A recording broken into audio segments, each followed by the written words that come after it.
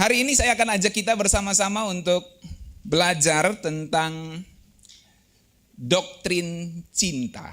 Ya, doktrin cinta. Ya. Lagi-lagi soal cinta, saudaraku. Minggu lalu apa temanya? Ada yang masih ingat? Lupa. Oke, hari ini mari kita melihat. Kemarin apa minggu lalu? Love much, love well. Nah, hari ini kita coba lihat doktrin cinta ya. Nah, saudaraku, kalau kita dengar kata doktrin, itu langsung mumet pikiran kita ya. Aduh, Pak Gembala mau buat kita lagi nih mumet-mumet nih pikirannya. Enggak, saudaraku ya. Kita akan melihat doktrin cinta. Saya akan bagikan kepada saudara dua hal saja yang mungkin akan membuat pikiran kita semakin ngeh. Ini sesuatu yang biasa, tapi seringkali kita nggak ngeh gitu tentang doktrin cinta ini. Tentu ada beberapa doktrin cinta, tapi saya mau bagikan dua yang berlandaskan pada Alkitab. Kalau di militer ada doktrin militer, ya, misalnya salah satu doktrin militer itu siapapun yang menguasai angkasa, dia yang akan menang, gitu dah. Makanya semua berlomba-lomba buat drone, semua berlomba-lomba buat satelit untuk memata-matai, gitu kan. Jadi ketika Amerika ancam Iran kasih tampil gambar di mana satelitnya memfoto atau mengawasi kapal induknya gitu kan. Jadi memang doktrin militer itu siapapun yang menguasai angkasa dapat memenangkan peperangan, saudaraku. Itu salah satunya, tentu ada doktrin yang lain. Nah, sekarang kita mau lihat doktrin cinta berdasarkan Alkitab. Mari kita lihat yang pertama. Alkitab mengajarkan cinta itu bisa bertambah tapi juga bisa menjadi dingin. Cinta itu bisa bertambah hangat tapi juga bisa menjadi dingin. Nah, saudaraku, dalam Matius 24 ayat 12, mari kita baca sama-sama, 1, 2, 3. Dan karena makin bertambahnya kedurhakaan, maka kasih kebanyakan orang akan menjadi dingin. Menarik ya.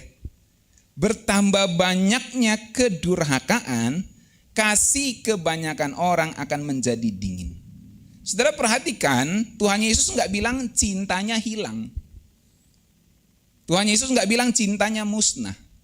Tapi Tuhan Yesus bilang cintanya mendingin. Saya sudah cek bahasa Yunaninya, menarik, kata cintanya di situ agape. Kita tahu kan ada agape itu cinta meskipun kan. Ya, cinta walaupun, cinta meskipun. Tapi cinta yang tertinggi yang dipakai untuk kata Allah mengasihi manusia yaitu agape, dalam hal ini kasih cinta manusia yang agape itu juga bisa menjadi dingin. Tentu agape Allah tidak menjadi dingin. Tapi agape kita itu bisa menjadi dingin. Alkitab ngomong gitu. Cinta kita enggak hilang tapi mendingin.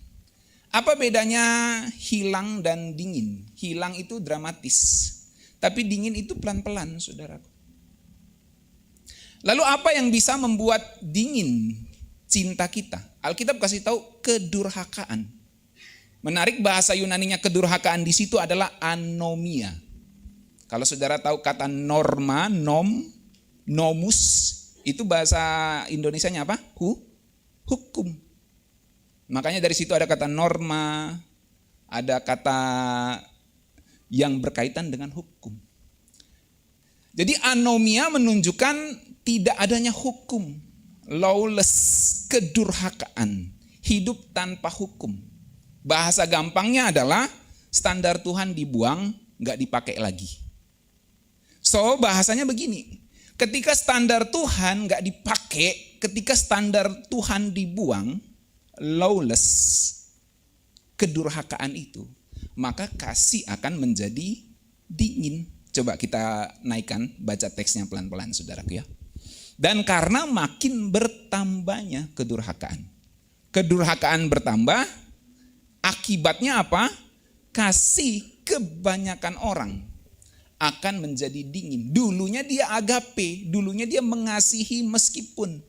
Apapun keadaanmu, walaupun kau begini, walaupun kau begitu, aku tetap mengasihi kamu, itu agape.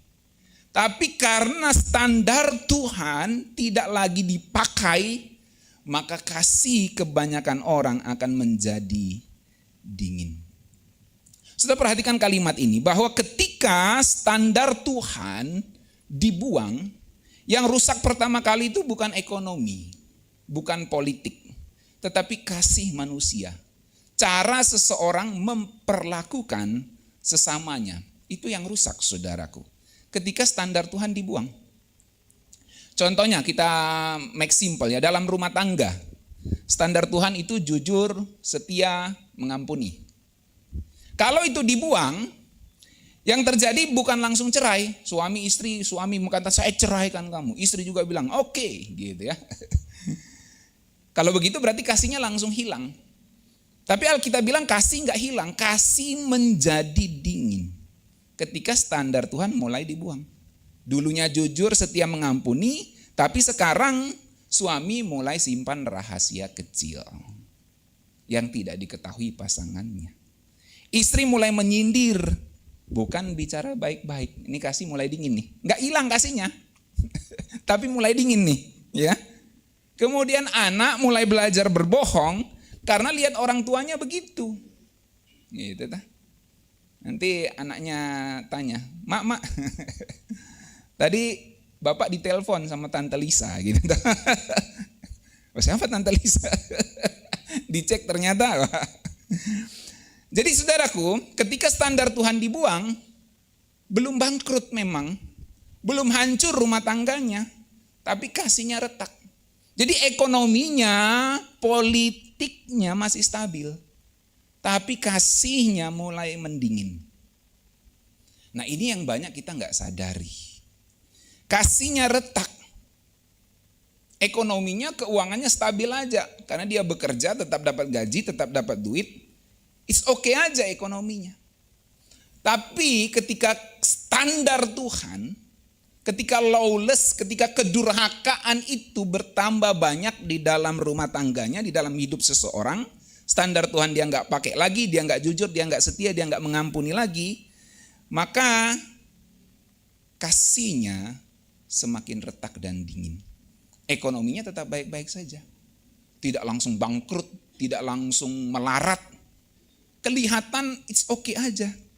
Tapi ternyata kasihnya mulai retak.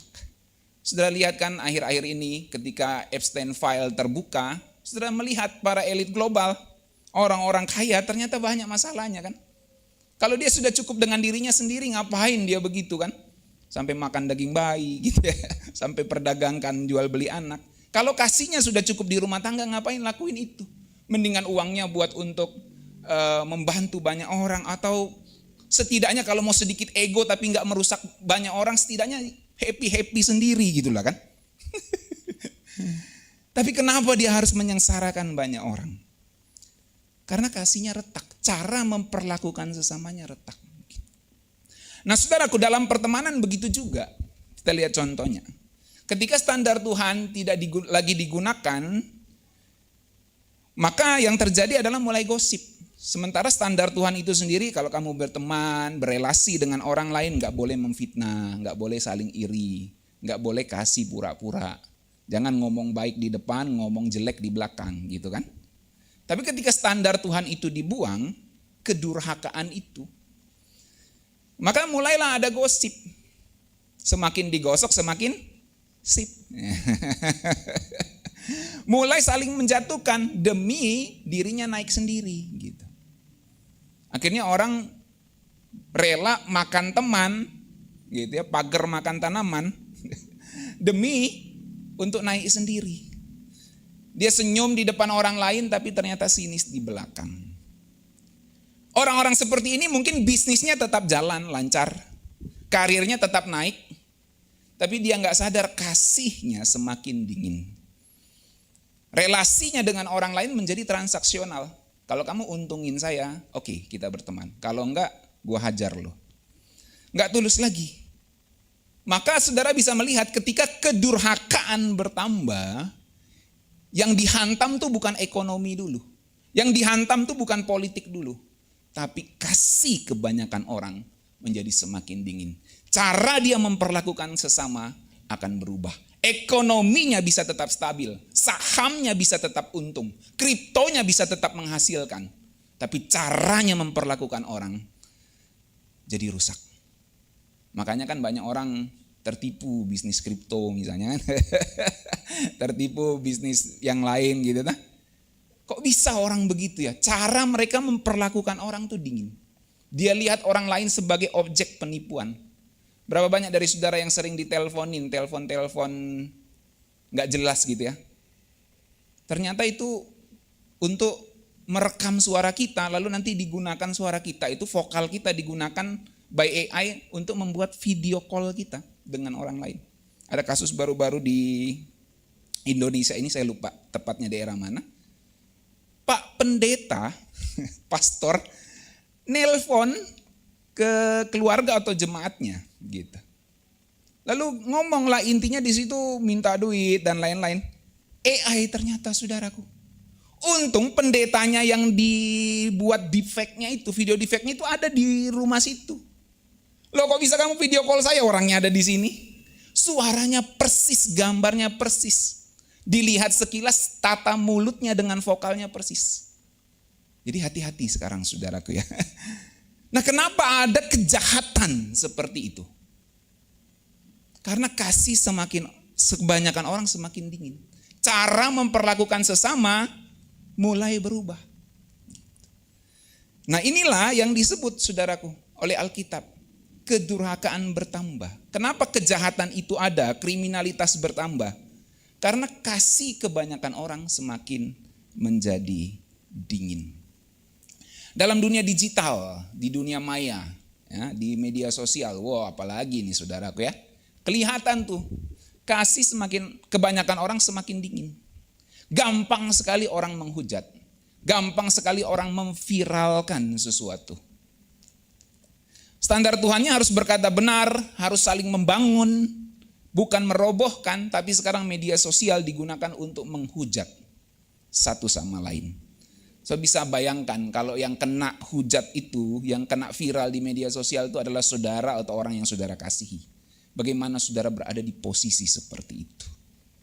Komentar-komentar kasar. Kita tidak menghargai lagi manusia sebagai gambar Allah yang harus dihormati. Di zaman media sosial, zaman viral-viralan gini, orang lebih mudah menghakimi. Ya, lebih mudah menghakimi. Dan empati kebanyakan orang semakin turun drastis. Kasihnya gak sama sekali hilang, tapi kasihnya mulai mendingin. Pelan-pelan tergerus. Saudara bisa lihat teknologi semakin maju, ekonomi semakin berkembang, bahkan ekonomi digital begitu tumbuh, tapi kasih kebanyakan orang semakin dingin. So, kedurhakaan itu gak selalu berarti kejahatan besar. Ketika Alkitab bilang karena semakin bertambahnya kedurhakaan, itu enggak selalu berarti kejahatan besar. Tapi seringkali kedurhakaan itu menyamar jadi bentuk, enggak usahlah terlalu sering, atau enggak usahlah terlalu serius ikuti standar Tuhan. Rohani banget sih kamu, Alkitabiah banget sih kamu. Enggak usahlah ikut standar Tuhan, ini udah kemajuan zaman bro, sis. Gitu dah. Enggak usah terlalu serius sama standar Tuhan. Ya. Nah ini. Kan udah zamannya poligami, enggak usah lagi. Enggak usah setia sama pasangan. Kan udah zamannya, trennya homo lesbian. Orang sudah mulai menurunkan standar Tuhan. Akhirnya apa? Kasihnya semakin dingin. Begitu standar Tuhan turun, maka standar kasih ikut turun. Bukan ekonominya yang langsung turun, ekonominya bisa saja naik. Kehidupannya bisa saja tambah berhasil, tambah sukses. Tapi kasihnya, cara dia memperlakukan sesama, cara dia memperlakukan pasangannya, cara dia memperlakukan anak-anak, cara dia memperlakukan orang tua, cara dia memperlakukan teman, bisnisnya, teman sekolahnya, atau teman apapun, semakin dingin. Tapi karirnya semakin sukses. Jadi ketika standar Tuhan turun, kasihlah yang diserang. Cara kita memperlakukan sesama itu yang menjadi dingin, saudaraku. Makanya banyak orang sukses di karir, di bisnis, di pekerjaan, tapi hancur di rumah tangga. Duitnya banyak, tapi rumah tangganya hancur. Kenapa? Kasih semakin dingin. Cara memperlakukan orang semakin dingin. Makanya doktrin cinta ini penting untuk kita pahami. Dalam relasi dingin itu bukan tiba-tiba benci. Enggak langsung tiba-tiba jadi haters gitu. Tetapi misalnya dalam rumah tangga, pasangan masih saja chat-chatan, tapi isinya cuma informasi. Tidak ada kata-kata cinta dan sayang di situ. Memang tidak semua orang romantis, saudaraku ya. Jadi saudara harus memahami pasangan saudara. Tapi ada orang-orang yang tinggal serumah, jarang ngobrol. Gitu. Nah ini kasih mulai semakin dingin, apalagi di zaman ini nih saudara. Berkali-kali saya kasih tahu saudara, ini membuat attention kita menuju ke sini nih. Di rumah bukannya ngobrol, bukannya saling berbagi satu dengan lain, tapi masing-masing sibuk HP. Makanya ada istilah pubbing itu kan. Kita serumah tapi masing-masing sibuk dengan gadgetnya. Padahal jarang ketemu. Begitu ketemu semua masing-masing dengan HP-nya. Nah, kasih menjadi semakin dingin. Coba saudara membayangkan situasi di zaman gadget belum ada. Nah, Gen Z selamat tinggal. Saudara belum bisa membayangkan itu. Kita gen milenial ke bawah ini. Udah pernah merasakan bagaimana kita ngumpul tanpa gadget, bukan? Begitu hangatnya. Tapi sekarang begitu kita ngumpul ada gadget, semua masing-masing sibuk. Entah ada yang lihat media sosial, ada yang main game, ada yang ini, tetapi semua merasa bersama. Makanya ada istilah gini, ada di buku saya juga. Alone together. Semua bilang alone together. Itu istilah yang ada di psikologi saudara ya. Bahkan masuk ke jurnal-jurnal. Fenomena alone together. Sendiri bersama. Ya ini, ketika kita ngumpul semua masing-masing alone together kan? Jadi kita ngerasa ada relasi, padahal udah nggak ada berbagi yang benar di situ. Nah ini kasih kebanyakan orang semakin dingin. Saya nggak bilang kita lihat HP itu salah ya. Ini kalau digunakan dengan benar, ini bisa menjadi alat penginjilan juga saudaraku. Kita masih bilang sayang kepada orang yang kita kasih tapi rasanya hambar. Bukan hanya kepada pasangan tapi kepada anak, kepada orang tua, kepada relasi kita, sayang dalam pengertian pertemanan, tapi rasanya hambar. Ini kasih mulai mendingin saudaraku. Hanya sekedar retorika, aku sayang kamu, I love you, sekedar retorika. Tapi di baliknya itu semua mulai membeku. Kenapa bisa begitu saudaraku? Karena Alkitab bilang cinta itu juga seperti api, bukan? Ya. Kalau tidak ditambah kayu, maka dia tidak langsung mati. Kalau saudara bisa bayangkan api unggun gitu ya. Kalau nggak ditambah kayu memang nggak langsung mati itu apinya. Cintanya nggak langsung hilang. Tapi perlahan-lahan pasti mengecil. Dalam konteks ini perlahan-lahan cintanya membeku. Suami istri makin jarang ngobrol, sibuk masing-masing. Udah sering pisah begitu ketemu, ya, nggak ngobrol, nggak berbagi satu dengan lain. Ini kasih semakin dingin nih. Nggak hilang cintanya, nggak hilang. Tuhan Yesus nggak bilang cinta hilang, tapi cintanya mendingin, membeku. Dengan anak-anak jarang ngobrol, nggak hilang cintanya, sayang kita sama anak dan orang tua kita, tapi kasihnya semakin dingin. Apinya mulai mengecil, hangatnya berkurang, cahayanya meredup. Yang menyala terang adalah layar HP. Ini fenomena zaman sekarang. Ketika layar menyala, jiwa kita meredup. Ketika jempol kita menari, jiwa kita mati. Doom scrolling, saudaraku. Dan ini ketika standar Tuhan itu semakin kita nggak pakai, kasih kita nggak hilang, tapi jadi dingin. Cahaya kasih kita, cahaya cinta kita meredup. Nah, terus dalam keluarga itu kayu bakarnya apa? Supaya api cinta kita ini tidak meredup. Waktu yang sengaja disisihkan. bukan karena habis kerja langsung, tapi memang sudah diagendakan. Seperti waktu kita masih pacaran, diagendakan untuk apa gitu ya, dating gitu. Dalam keluarga begitu juga, diagendakan untuk kita pergi bersama, waktu ngobrol bersama yang sengaja disisihkan. Doa bareng. Nah dulu waktu kecil saudaraku ya, saya sudah diajar tuh, mesbah doa keluarga. Nah kalau ini sudah hilang dari setiap keluarga Kristen, maka kasihnya bisa jadi dingin tuh. Bahkan bapak-bapak mau mulai doa keluarga kadang bingung sekarang. Gimana mulainya? Nggak pernah doa, tiba-tiba bapaknya berubah. Ntar nanti bapak tumben-tumben ngajak doa gitu tuh. Jadi kita ngerasa kayak nggak biasa. Tapi dimulai saja saudaraku.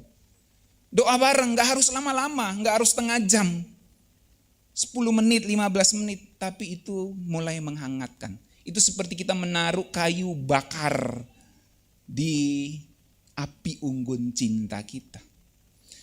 Perlu ada pelukan tanpa alasan. Peluk aja, mau peluk aja. Gitu ya. Satu kali pernah istri saya peluk nih. Kenapa? Mau peluk aja. Perlu saudaraku, itu menghangatkan. Dan minta maaf tanpa gengsi. Seringkali kalau kita minta maaf kan, minta maaf ya, sebenarnya begini. Tapi kamu sih yang salah. Malah nyalain, sudah minta maaf nyalain orang lagi saudaraku ya. Jadi minta maaf tanpa gengsi. Karena hukum kasih itu adalah kasih itu harus semakin kita mencintai, semakin kita rela turun mendalam. Seperti Tuhan Yesus kan. Dia mengasihi kita, dia mau turun ke bumi berinkarnasi. Dan kalau itu berhenti saudaraku, beberapa contoh aktivitas ini berhenti, apinya mulai mengecil tuh. Cintanya nggak hilang, tapi mendingin. Nah kabar baiknya, kalau cinta bisa dingin, maka dia bisa dihangatkan kembali. Gitu. Bagaimana menghangatkannya? Ya saudara mulai saja.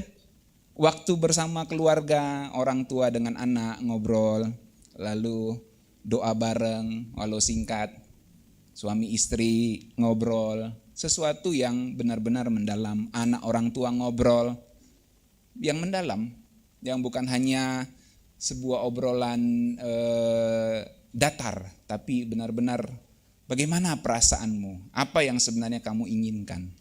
Ini perlu saudaraku, ini membangun bonding, membangun attachment, kelekatan. Dan ini menjadi doktrin cinta yang perlu kita lakukan. Jadi saudaraku, cinta itu bisa bertambah hangat, tapi juga bisa bertambah dingin. Saudara mau pilih mana? Itu doktrin cinta yang pertama. Mari kita lanjut yang kedua. Doktrin cinta yang kedua adalah cinta harus bertambah dalam pengertian. Alkitab ajarin cintamu harus bertambah di dalam pengetahuan dan pengertian. Mari kita baca ayatnya. Filipi 1 ayat 9 sampai 11. Saudara bisa jangkau, kita baca 1, 2, 3. Dan inilah doaku, semoga kasihmu makin melimpah dalam pengetahuan yang benar dan dalam segala macam pengertian, sehingga kamu dapat memilih apa yang baik, supaya kamu suci dan tak bercacat menjelang hari Kristus, penuh dengan buah kebenaran yang dikerjakan oleh Yesus Kristus untuk memuliakan dan memuji Allah. Jadi Rasul Paulus berdoa supaya jemaat kasihnya makin melimpah, makin bertambah dalam pengetahuan yang benar dan dalam segala macam pengertian. Makanya love itu bukan cuma much tapi juga harus well.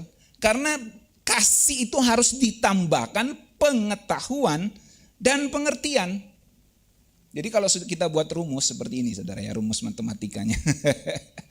Kasih ditambah pengetahuan ditambah pengertian. Itu yang Filipi katakan. Ini doktrin cinta yang penting. Di sini kita melihat cinta itu harus progresif. Cinta itu harus bertumbuh. Cinta itu nggak boleh stagnan. Cinta itu harus progres, bertumbuh. Coba saudara bayangin, kita pikir secara sederhana. Cara kita mencintai 5 tahun lalu dengan cara kita mencintai di saat ini sama enggak? Entah mencintai pasangan dalam hal ini, mencintai anak-anak, mencintai orang tua, mencintai Tuhan. Apakah sama dengan 5 tahun yang lalu? Apakah progres? Apakah kita rasa stabil saja? Kalau kita rasa stabil saja cinta kita dalam pengertian ya gitu-gitu aja sama seperti 5 tahun lalu, itu enggak bertumbuh. Cinta itu harus bertumbuh. Karena Alkitab sendiri bilang supaya kasihmu berlimpah di dalam pengetahuan dan pengertian. Jadi kalau kita membayangkan kasih ini seperti sebuah benda, harus ditambahkan pada benda ini sesuatu yang membuat dia menjadi progres. Harus disuntikan sesuatu ke dalam benda bernama kasih ini supaya dia semakin besar. Disuntiknya dengan apa? Dihiasinya dengan apa? Ditambahkan dengan apa? Dengan pengetahuan dan pengertian. Nah, saudaraku yang dikasih dalam Tuhan, cinta yang bertumbuh dalam pengetahuan dan pengertian itu sederhananya gini. Bukan cuma sayang, tapi makin ngerti cara menyayangi. Ya. Jadi kita bukan cuma sayang asal sayang. Kita jadi ngerti cara kita menyayangi dia seperti apa. Memahami bahasa cintanya, memahami saat dia butuh ini, butuh itu. Memahami bagaimana perasaannya dan cara kita menanggulangi perasaan itu. Jadi kita ditambahkan pengetahuan dan pengertiannya. Maka cinta itu enggak boleh stagnan. Itu sebabnya orang tua kalau mencintai anak itu akan berbeda terapinya di setiap musim hidup anak itu. Kalau anak masih kecil, oke lah disayang-sayang, dimanja. Begitu besar mulai kena disiplin dia. Ya kan? Gak bisa diperlakukan anak SMP seperti anak SD, gak bisa. Kalau begitu terus dia gak progres nanti. Maka cinta kita kan berkembang tuh namanya. Cinta waktu anak-anak kita masih SD, cinta waktu anak kita sudah SMP, cinta waktu anak kita sudah SMA, akan terjadi perbedaan perilaku. Itulah yang dimaksud cinta itu progres. Cara kita menyayangi itu semakin ditambahkan pengetahuannya. Kalau dia dibiarkan manja seperti anak SD, saudara bisa bayangkan jadi apa itu anak saudaraku ya. Maka penting untuk memahami cinta yang perlu ditambahkan pengetahuan dan pengertian. Misalnya gini ya. Dulu ya. Dulu kamu kok kayak gitu sih? Nyebelin banget gitu kan. Kita gak benci, cuma kita mengungkapkan perasaan hati kita saja. Kamu nyebelin banget gitu ya. Sekarang karena kasih kita, cinta kita ditambahkan pengetahuan dan pengertian, kita memahami dari akarnya dia. Bukan dari perspektif kita aja. Oh ternyata dia begitu karena reaktif. Karena dia takut ditolak. Karena ada hal yang dia gak mengerti. Kasih kita kepada dia jadi bertambah. Karena apa? Kita punya pengetahuan, punya pengertian. Kasih yang bertambah itu harus mulai mengerti akar permasalahan dari orang yang kita cintai dan kasihi. Mengerti akar permasalahan dari orang yang memperlakukan kita seperti ini. Sehingga cara kita mencintai dan mengasihi dia itu bisa benar. Kita bukan cuma lihat gejala dia jadi seperti ini. Gejala dia saat ini seperti ini. Kita ngelihat akarnya. Apa yang membuat dia menimbulkan gejala ini. Sama seperti kalau orang sakit kan, panas gejalanya kan. Tapi ternyata akarnya misalnya virus, bakteri, atau ada infeksi. Itu akar. Bukan cuma dikasih kompres dingin, es batu. Tapi harus disentuh sampai ke bakterinya, virusnya, atau infeksinya. Diobati ke situ, bukan cuma dikompres panasnya supaya dingin. Jadi kita semakin mengerti akar permasalahannya apa. Jadi cinta kita bisa bertumbuh, cinta kita bisa bertambah di dalam pengertian dan pengetahuan kalau kita mengerti kenapa dia bisa begitu. Apa akar permasalahannya. Nah itu salah satu contoh praktisnya. Jadi jangan cuma lihat gejalanya orang-orang yang kita kasih. Kalau anak kita mulai kayak gini, kenapa dia gini? Kenapa dia mulai tantrum? Kita ngerti, kita lihat kenapa akarnya. Obati di akarnya. Cintanya gak cuma tulus saudaraku. Tapi cintanya semakin tepat. Makanya cinta itu gak cuma tulus, tapi harus benar. Mengarahkan ke arah yang benar.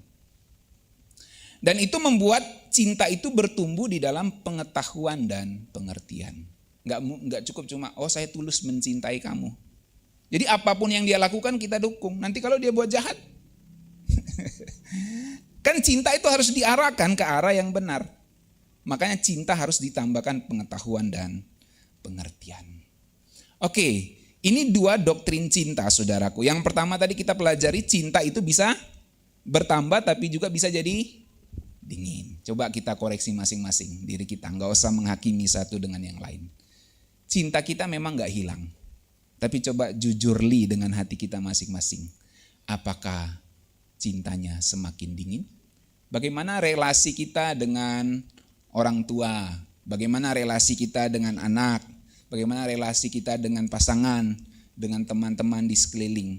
Apakah bertambah hangat atau justru semakin dingin dan membeku? Yang kedua, cinta harus bertambah dalam pengertian.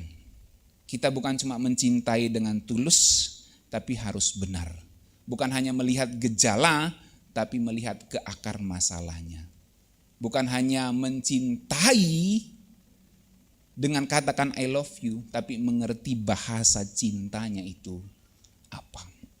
Itu namanya kasih yang bertumbuh di dalam pengetahuan dan pengertian. Jadi kalau kita rangkumkan dalam bahasa penutupnya gini, doktrin cinta.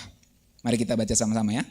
1, 2, 3. Kasih nggak boleh kita biarkan jadi dingin. Tetapi kita harus arahkan untuk bertumbuh dalam pengertian. Ayo semua katakan 1, 2, 3. Kasih nggak boleh kita biarkan menjadi dingin. Tapi harus kita arahkan untuk bertumbuh dalam pengertian. Karena kasih yang berasal dari Tuhan akan tetap menyala, saudaraku. Dan kasih yang bertumbuh dalam kebenaran akan menjaga relasi kita tetap hidup. Bagi saudara-saudara yang saat ini sedang bergumul dengan cinta, mari saudara pahami doktrin cinta ini. Pahami akarnya, pahami bukan cuma gejalanya. Dan saudara akan melihat cinta saudara bertumbuh di dalam pengetahuan dan pengertian. Dan yang lebih penting dari itu, cinta saudara tidak semakin dingin. Mari kita berdoa.